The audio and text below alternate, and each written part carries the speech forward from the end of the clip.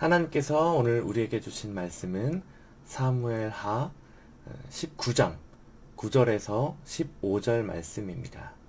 제가 봉독하도록 하겠습니다. 이스라엘 모든 지파 백성들이 변론하여 이르되 왕이 우리를 원수의 손에서 구원하여 내셨고 또 우리를 블레셋 사람들의 손에서 구원하셨으나 이제 압살롬을 피하여 그 땅에서 나가셨고 우리가 기름을 부어 우리를 다스리게 한 압살롬은 싸움에서 죽었거늘 이제 너희가 어찌하여 왕을 도로 모셔올 일에 잠잠하고 있느냐 하니라. 다윗 왕이 사독과 아비아달 두 제사장에게 소식을 전하여 이르되 너희는 유다 장로들에게 말하여 이르기를 왕의 말씀이 온 이스라엘이 왕을 왕궁으로 도로 모셔오자 하는 말이 왕께 들렸거늘 너희는 어찌하여 왕을 궁으로 모시는 일에 나중이 되느냐. 너희는 내 형제요 내 고륙이거늘 너희는 어찌하여 왕을 도로 모셔오는 일에 나중이 되리오 하셨다 하고 너희는 아마사에게 이르기를 너는 내 고륙이 아니냐 내가 요압을 이어서 항상 내 앞에서 지휘관이 되지 아니하면 하나님이 내게 벌 위에 벌을 내리시기를 바라노라 하셨다 하라 하여 모든 유다 사람들의 마음을 하나같이 기울게 하매 그들이 왕께 전가를 보내어 이르되 당신께서는 모든 부하들과 더불어 돌아오소서 한지라. 왕이 돌아와 요단에 이르매 유다 족속이 왕을 맞아 요단을 건너가게 하려고 길갈로 오니라. 아멘. 자, 오늘 이제 이스라엘 모든 백성들은 자기 장막으로 돌아갔잖아요. 장막으로 돌아가서 논의를 하게 됩니다. 다윗 왕을 다시 모실 거냐 아니냐. 사실 결론이 어느 정도 나긴 한 것 같은데 그래도 이제 뭔가 딱 결정을 내리진 않아요. 다윗 왕이 우리를 원수의 손에서 구원하여 내셨는데 블레셋과 우리가 기름 부어 우리를 다스리게 한 이 압살롬은 결국 다윗 왕과의 싸움에서 죽었고, 자, 우리가 어찌 다윗 왕을 모셔오지 않고 있는가 하고 이제 서로 말하고 있습니다. 이에 다윗 왕은 사독과 아비아달 두 제사장들을 불러가지고 이제 그들을 보냈습니다. 다윗 왕을 다시 모셔오자는 말이 있었다는 것을 내가 들었다. 근데 왜 아직도 실행하지 않고 다른 이야기만 하고 있냐? 너희는 내 형제고 고륙인데 내가 너희를 책망하겠느냐? 너를 다 죽이겠느냐? 왜 나를 모시지 않느냐? 라고 이렇게 회유를 하고 있습니다. 그래서 압살롬이 군대 장관 삼았던 아마사에게 이제 요압을 이어서 군대 장관을 삼을 것처럼 이렇게 얘기하고 지휘관이 될 거라고 얘기했는데요. 이 모든 이스라엘 사람들이 이제 그렇다면 우리 다윗 왕을 받아들이겠습니다. 라고 하는 이 내용입니다.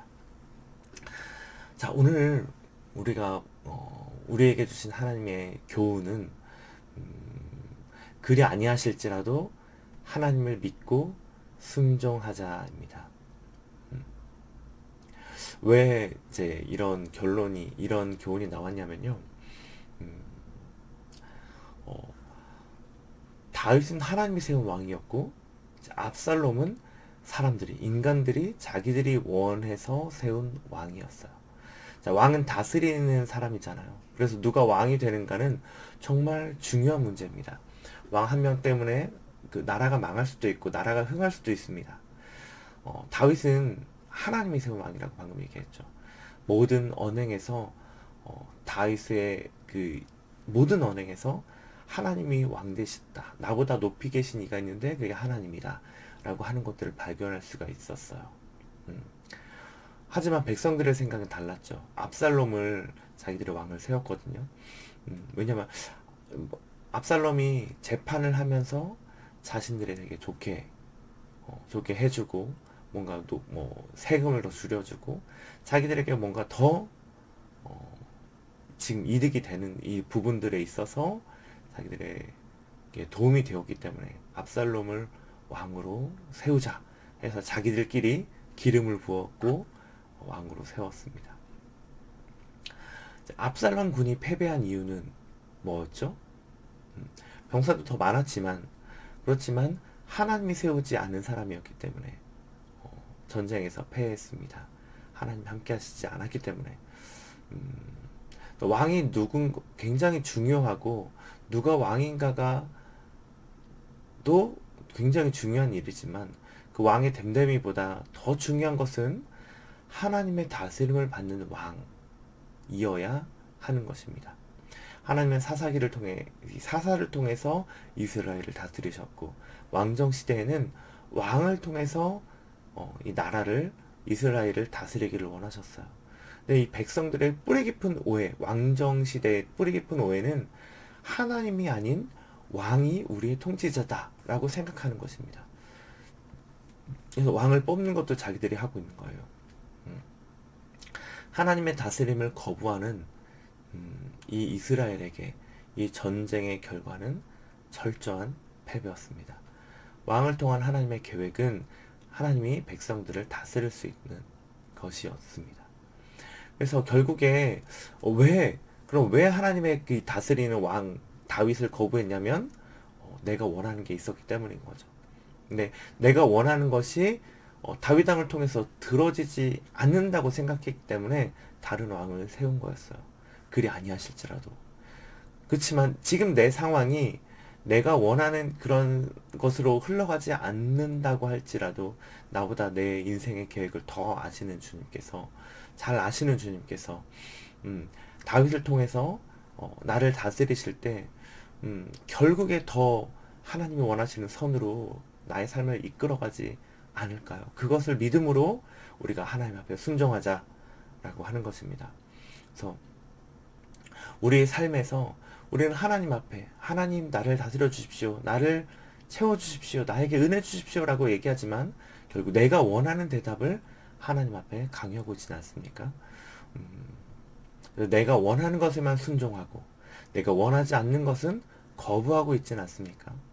내가 원하지 않는 대답을 해주는 하나님, 내가 원하는 대답을 해주는 하나님에게만 아멘 하며 나오는 것이 아니라, 그리 아니하실지라도 이 지금 하나님의 대답이 내가 원하는 것이 아닐지라도 결국 하나님의 궁극적인 선으로 나를 인도하시는 것들을 우리가 믿고 믿음으로 순종하자라고 하는 것입니다.